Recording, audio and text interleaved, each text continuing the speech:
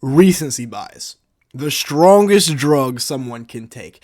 People are completely writing off the Memphis Grizzlies, even though they were a 50-win team in 2 of the last 3 years. They lose Ja Morant for 73 games this year. They lose Desmond Bane for half the season. They lose a majority of their starting lineup for over half the season. Jaren missed 16 games. Marcus Smart, the new acquisition, missed 62 games. Brandon Clark even missed 70-plus games. All these guys are missing crazy amounts of time, and people just completely write the Grizzlies off for this year like they're not going to be another 50-win team.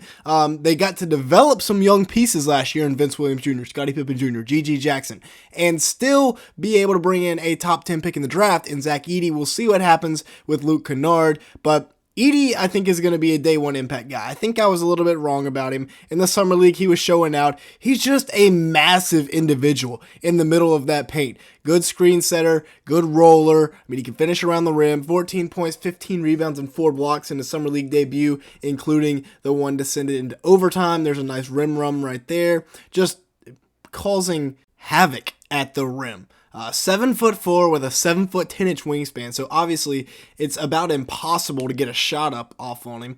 He's a great at running the rim as well. I was a little bit wrong when I said he was unathletic at Purdue. He can get down the court, and when he gets you on the block, it's pretty much over. He had a nice counter move right there. Usually he likes to drop step and go over that left shoulder. This time he drop stepped and then spun back the other way. Nice little left-handed finish there, even though my OBS decided to cut out, and that's Walker Kessler. That's no slob.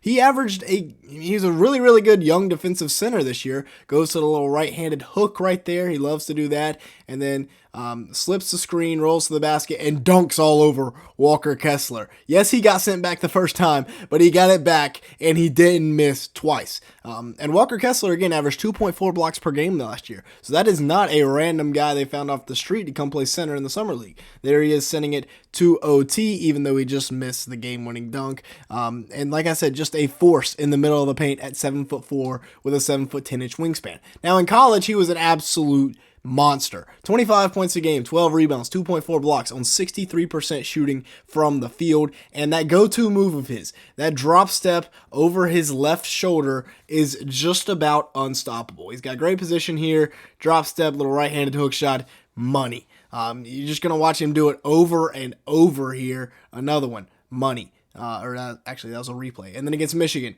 right here, fakes like he's going left and then gets right back to that left shoulder for the right hook. And once again, just overpowering. He was too big, too strong, too good for the guys in college, and now he's going to go to the professional level, and I think he's, maybe has a little bit of trouble adjusting, but I think he's going to fit right in. I mean, he's 7'4". We may have misjudged this one. He might just be too big to not be good at the next level, if that makes sense. I mean, 7'4", absolute monster of a man. He's close to 300 pounds. He is an absolute unit out there.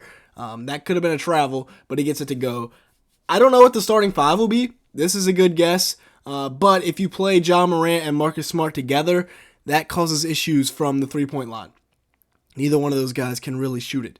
The three for sure starters are Ja, Bane, and Jaren Jackson Jr.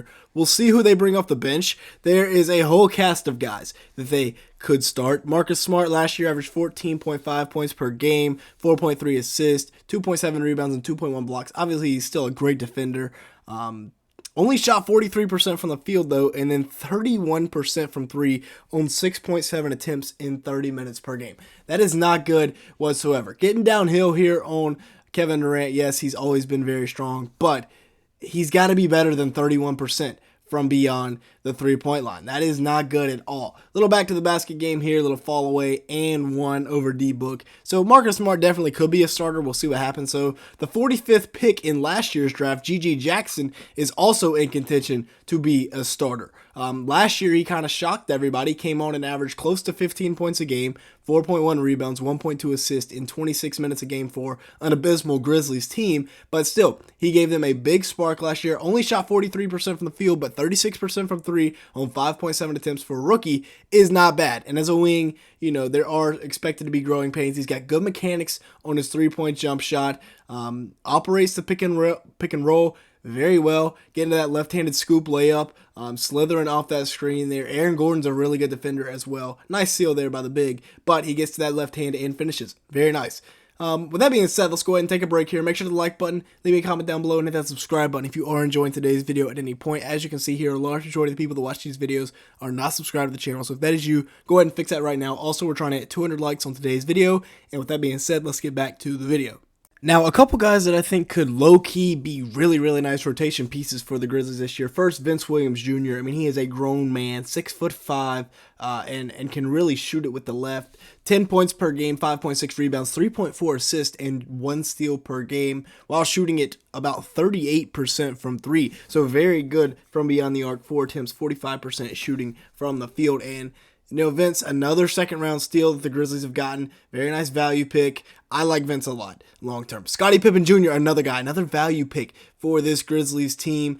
He can get a bucket. Averaged about 13 points a game last year, 4.7 assists, 3.2 rebounds, and 1.7 steals per game. So active on the defensive side of the ball.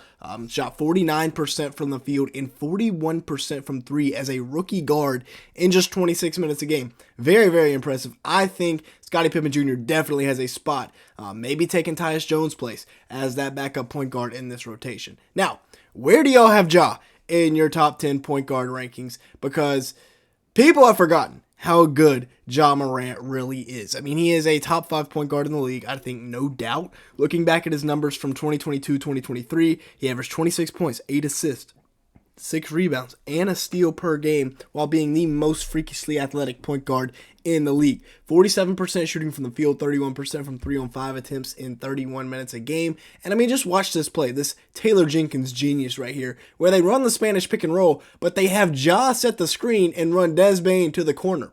Xavier Tillman, Zaire Williams are just chilling in the corner, but nice pass here from Santi Aldama, and Ja hammers it home.